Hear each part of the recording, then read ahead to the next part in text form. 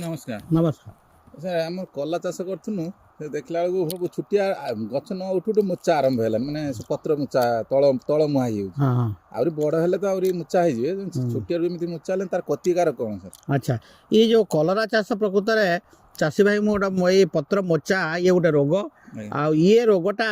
विभिन्न पोक आक्रमण जो हुए गोटे है धला माछी आ गोटे है उकुणिया पोक जो पोक यही माने आक्रमण कले ये रस शोषण कले एमती पत्रटा मोचा हो जाए तेणु ये जो मोचा रोग है आप लक्षण प्रथम देखु देखु ताको कौन करेंगे जो गोटे कीटनाशक गोटे निम्ब विष जदि थी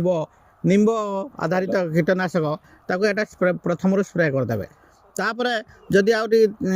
मझे मझे कौन करेंगे थायामेथोजाम किंबा एसिटामिप्रिड गोटे अच्छी कीटनाशक एटा प्रति 15 लिटर पानी रे 6-7 ग्राम हिसाब से मिसेकी ताकू मध्य स्प्रे करदे एमतीका 2-3 थर स्प्रे कले ये जो मोचाटा है से मोचाटा कमिଯିବ।